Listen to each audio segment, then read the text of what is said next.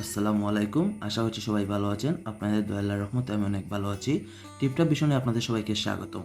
আজকে আরেকটি অসাধারণ টিউটোরিয়াল নিয়ে হাজির হয়ে গেলাম। আজকে আমি আপনাদের দেখাবো কিভাবে আপনারা আপনাদের যে কোনো কারো বিকাশ নাম্বার চেক করবেন, এই বিকাশ অ্যাকাউন্টটা কার নামে আছে।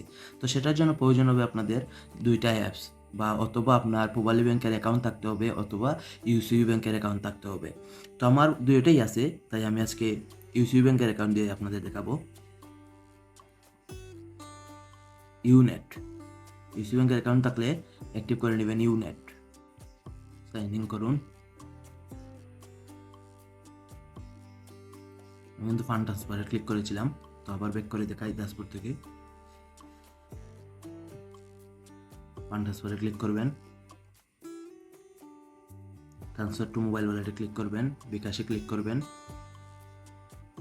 আমি আমার অ্যাকাউন্ট নাম্বারটাকে সিলেক্ট করে নেব। ট্রান্সফার করবেন 10 টাকা। যেই বিকাশ নাম্বারটা চেক করতে চান সেটা এখানে প্রবেশ করান। দেখুন হোল্ডার নেম চলে এসছে এমডি আতিকুর রহমান। তো আমি আরেকটা চেক করি।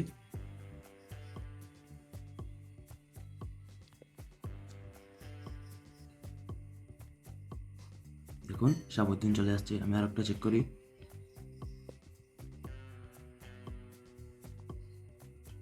দেখুন এমএসটি রিমা আক্তার চলে আসছে।